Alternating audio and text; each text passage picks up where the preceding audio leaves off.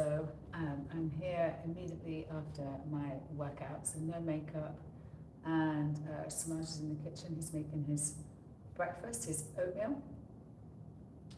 And it was a tricky workout this morning because you don't start where you end and you don't end where you start. This is something I have to remind myself constantly, and it's what working out reminds me of as well. In that, quite often, no, always pretty much, I don't really want to work out. And sometimes more than others, I don't really feel like working out.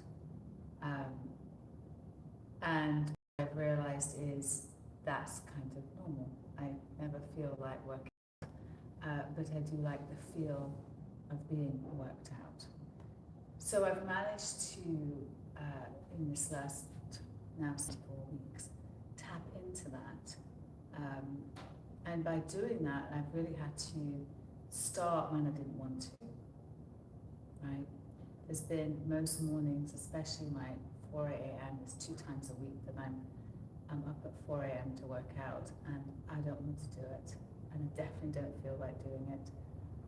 And to be quite honest, at that time of the morning, I'm not even really sure how I feel. Like, I wake up, I grab my water bottle that's at the side of the bed, I grab Walt, my fan, and a DeWalt fan that's at the side of the bed.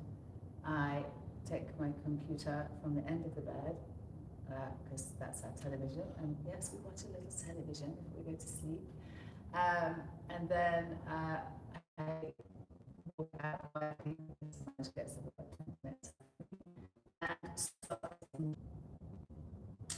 everything sets up the night before, and I just go into the routine. And it's oftentimes once I'm off the bike and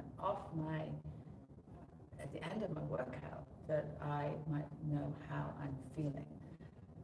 So it can be tricky when you're not feeling well. So this past week, my kidney is grumbly, fairly grumbly, and today I decided, well, I worked out last Tuesday. I took Thursday and Sunday off, and it's where it's a holiday day today, so I didn't have to wake up at 4 a.m. And I just did a much gentle, put ego aside, it's quite hard, and did what I felt like my body needed, was to move and see, so I could see afterwards. I can't tell beforehand how I'm feeling, because as I said, I never want to do it, and I never feel like doing it. And sometimes that can disguise itself, and it can be our own self-sabotage.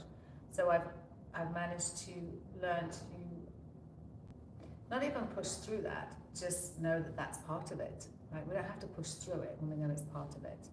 And we get to know ourselves and know how we react in these situations only by doing them. We can talk about it, we can plan it, we can be inspired by others, but it's not until we do it for ourselves that we then get to learn about our own particular journey and our own particular way of doing things. And that's really should be the most interesting and fascinating thing for you, is how you do things as opposed to how everyone else does them, right? So that you can then circumvent and work your way with yourself, not even through it, right? Hey, baby. Oh, cheers. It's really nice to see you, Katie.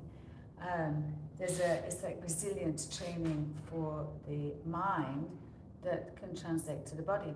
But again, this past week has shown me the fragility of that, right? The vulnerability of it when you're not feeling so good, when your body is asking for something, or even you never know what it's asking for, but you definitely know that you can't do what you usually do.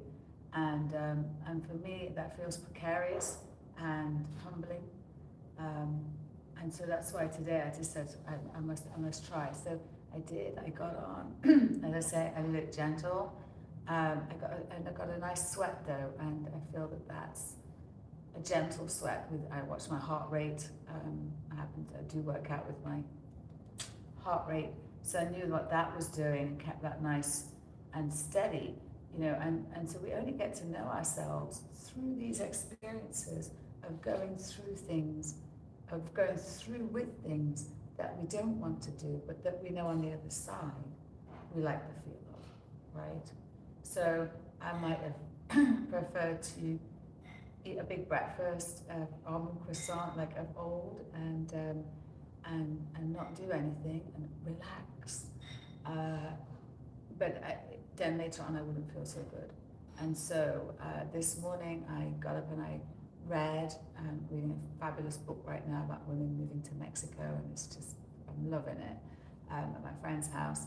And so I'd got an hour's reading in with an espresso, and then it's like, okay, let me do this, because now once it's done, I don't have to think about it. Again, when we get to know ourselves, we can work with that. So I was going to do the workout today, but the longer I left it, it's like a dentist appointment to me. Like I'm just thinking about it and gotta do that thing. I can't really enjoy what I'm doing. Whereas if I know where it's going, like where I'm placing it, I'm gonna read for an hour, and then I'm gonna do my workout. It turned out to be like an hour and a half because I ended up looking up something. But I did it. I actually did it. And now I'm on the other side, and I do love the other side. That's what I know about myself. I love the other side. So I tell myself, look. And this morning I only did, I did a 5-minute warm up, 15 minutes, 5-minute cool down, a 10-minute stretch. I usually do 10, 20, 10, 10, 15. So it's a lot reduced, because I'm learning to listen. But previously I might have convinced myself that I needed to not do it and then fall off. So again, it's about getting to know yourself so that you can work with yourself. You haven't got to work around it, and you haven't got to work through it. Work with it, because that's much more symbiotic. And you're going to be with yourself for the rest of your life. These are the things that I'm thinking about. I'm going to be with myself for the rest of my life. I'm going to be with someone else for the rest of my life. Who knows? I don't know. But myself, I have to be with, right? So that's who I need to make peace with. That's who I need to get strong. Who's that? I can't see on my, good morning. I can't see because I didn't bring my glasses. I'm looking to see if I have some glasses up here. I should have bought those, but I just literally finished working out and was like, you know what, I just really want to talk about not finishing where we start and not starting where we finished. So that you can get to know how it feels on this side before you start, and all those feelings and things you don't want to do. That's fine. Stop resisting those if you are, and just say, oh, hello, there you are, in your usual place, I suppose. That's right. Well, I'm just going to carry on getting dressed, and then I'm going to do this, and then I'm going to do that, and then I'll be moving, and you'll be part of the distance, right? So not even trying to shoo that voice away. Make it part of the process. There is there's a podcast with, oh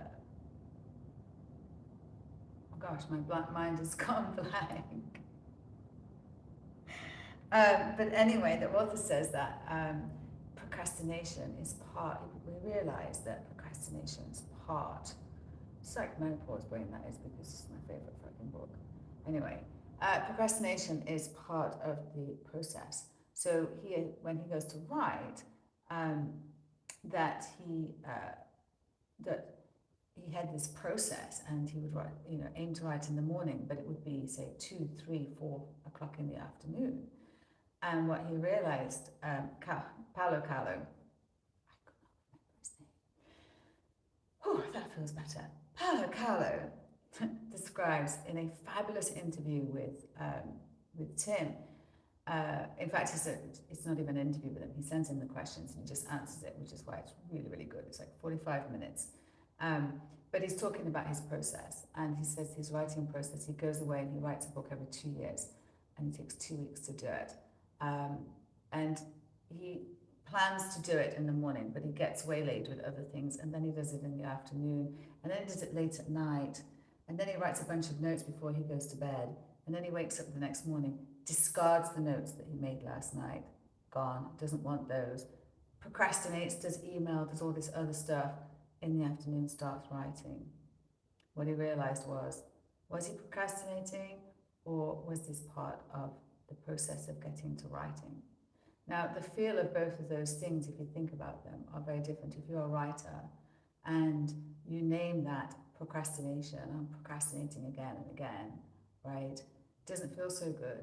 If that's part of your process, oh yeah, that's just a part of the day. I do this, do this, do this, and then there's that space, that invitation, and that's when that stuff gets done and it becomes part of the process. And so the same with our resistance. We allow the resistance to become part of the process of getting stronger. And it's building our resilience is what it's doing. We can build muscles, right? But our resilience, that working in to work out, that is where is the foundation. Every strong muscle has resilience behind it. I'm going to leave it there. I'd love to hear from you. How do you get yourself to do the things that are better on the other side, but you have a resistance, and who knows where that comes from, because everything's got a reaper and reward. So anyway, I'm going to go take a shower. It's my favorite time of day. I get to take a shower after my workout, and I'm very blessed because I'm able to, right? So it's not like, oh, I got to work out today. I really try to be like, I get to work out today, because I never know when I'm not going to be able to get to do it, and I never know who can't do it. So I do it because I can, whilst I can, for the times I can't, and for those who can't.